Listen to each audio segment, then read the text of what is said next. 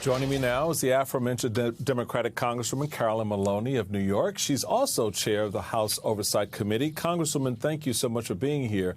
So did this go as you expected? And what did you expect these gun CEOs to say after that question? I expected them to accept some responsibility for their actions, which they refused to do. After Uvalde and Buffalo and all these mass shootings across the country, the support for assault weapon bans has grown to over 70%. People are demanding action. We passed the bill last night. Thank goodness it's out of the House and into the Senate. But I expected them to accept some responsibility. In our country, most industries track their products. They work to make them safer. They have reports on what's safe and what's not safe. They have failed to do anything. I expected them to act. So if they won't act, Congress will have to make them act. And we are working on legislation to require them to take responsibility, report on their products and the death it's causing and ways to make it safer. So that leads to what do you see happening next in these hearings? You say you intend to subpoena Smith & Wesson for not showing up to the hearing. Is there more, more where that came from, if you will? It's going out and making sure that these manufacturers come before the Congress to testify to what they're doing and how they're impacting communities with their weapons?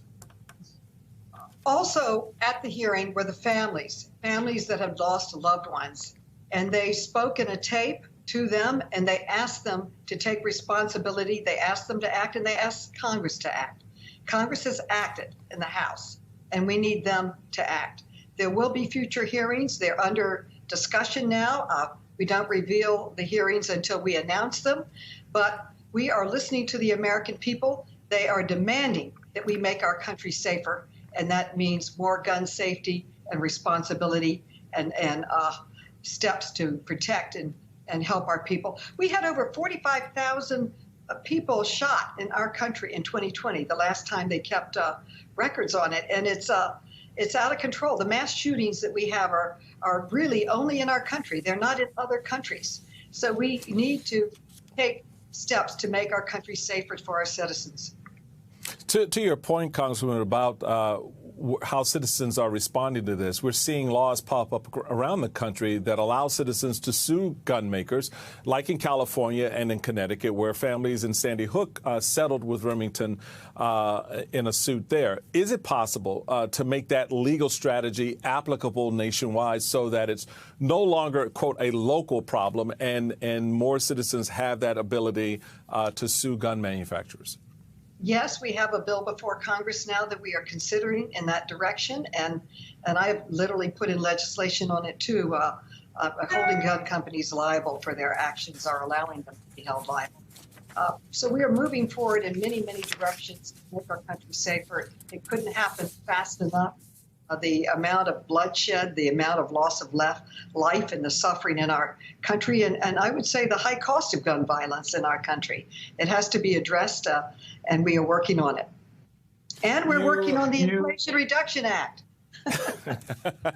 Well, on the assault weapons ban that you and your House colleagues just passed, it's unlikely now that it's going to the Senate to pass in the Senate because Republicans have made it very clear they're done on guns. They're not doing anything else with guns. So moving forward, how do you see breaking that Republican log jam? Is there any way to actually get something like this signed into law? Well, the first thing you have to do is to hold them responsible with a vote. Let the American people see how the senators vote on banning assault weapons, which they are demanding. And it should then go out into an election. And I believe the American people will vote for people who are for gun safety, for banning these weapons of war. These are not weapons to defend people. They are weapons of war to slaughter people. In one of our hearings, a doctor testified that 5 of his patients had been shot in Uvalde, and the destruction of them was so great that he could not even identify them. He could only identify them from their DNA. So these are not normal weapons. These are machine guns. These are battlefield guns. They don't belong in our schools or or in our places of worship or in our communities at all, and we need to ban them. There should be a vote in the Senate, and the American people should hold them responsible at the voting booth. All right. Democratic Representative Carolyn Maloney of New York, thank you so much for being with us.